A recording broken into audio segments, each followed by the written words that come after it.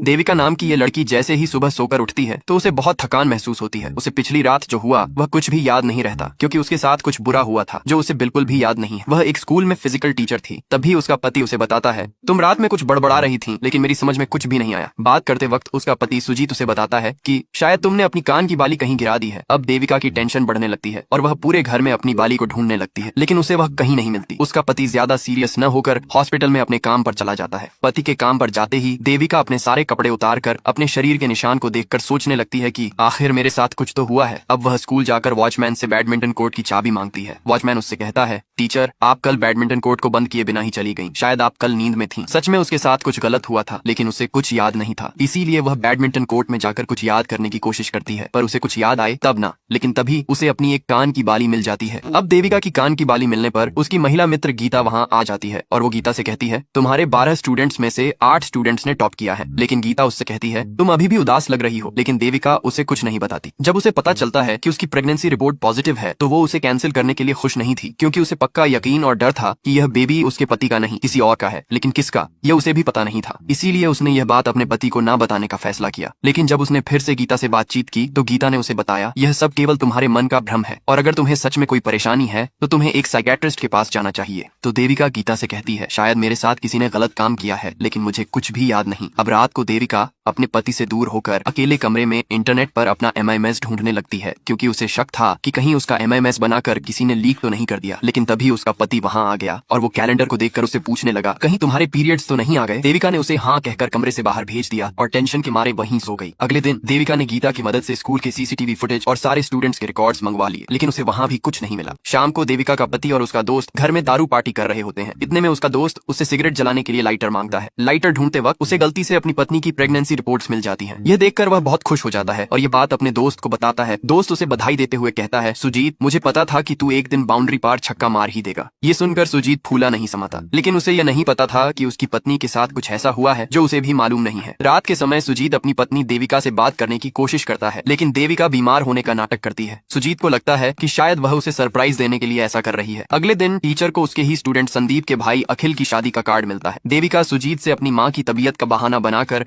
अपने गाँव चली जाती है, क्योंकि संदीप का घर उसी के माँ के गाँव के पास था। उसे शक था कि यह सारा कांड उसके स्टूडेंट्स ने मिलकर किया है। वह वहाँ पहुंच जाती है। शादी के हंसी खुशी के मौके पर कोई दूल्हे के ऊपर एसिड फेंक कर चला जाता है। यह काम अखिल की एक्स गर्लफ्रेंड का होता है, जो इस शादी से बिल्कुल भी खुश नहीं थी। अब परेशानी की बात यह है कि सुजीत को डॉक्टर से पता चलता है कि देविका उसके बच्चे का एबॉर्शन कराना चाहती है।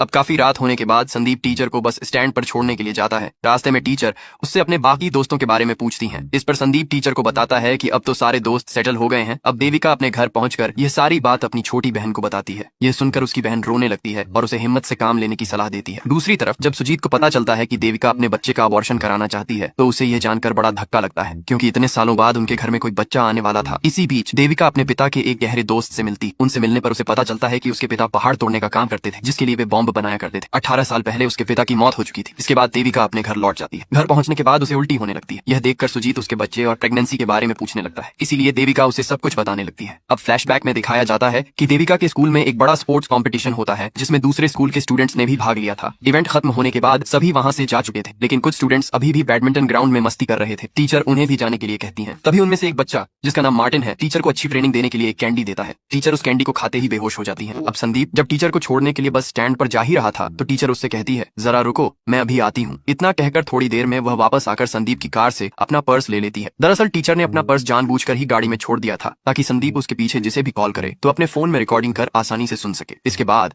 जब टीचर संदीप और उसके दोस्त मार्टिन की कॉल रिकॉर्डिंग सुनने लगती है तो रिकॉर्डिंग में संदीप मार्टिन से कहता है, जो हमने उस रात टीचर के साथ किया उसकी तहकीकात टीचर अभी भी कर रही है, लेकिन उसे शक है कि आखिर उसके साथ किसी ने कुछ गलत किया है, इसीलिए तुम सतर्क रहना। तभी मार्टिन संदीप से कहता है, टेंशन मत ले, मेरे पास टीचर की फोटो और वीडियो है, जिससे हम उसे डरा धमका कर चुप करा देंगे। ये सुनकर देविका फुट फुट कर रोने लगती है, क्योंकि जिन स्टूडेंट्स को उसने आगे बढ़ने की राह दिखाई वही लड़के उसके लिए शैतान बन चुके थे। दूसरी तरफ जब टीचर को होश आता है तो वह नींद की हालत में अपने घर चली जाती है, क्योंकि उस कैंडी को खाने के बाद टीचर को बिल्कुल भी होश नहीं था। ये सुनने के बाद सुजीत देविका से गुस्से में कहता है, ना जाने तुम किसके बाप को मेरे नाम से पाल रही हो। इतना कहकर वह सुजीत वहां से जाकर ये सारी बात अपने दोस्त केविन को बताता है। आगे और जानने के लिए कमेंट में नेक्स्ट पार्ट टाइप कीजिए।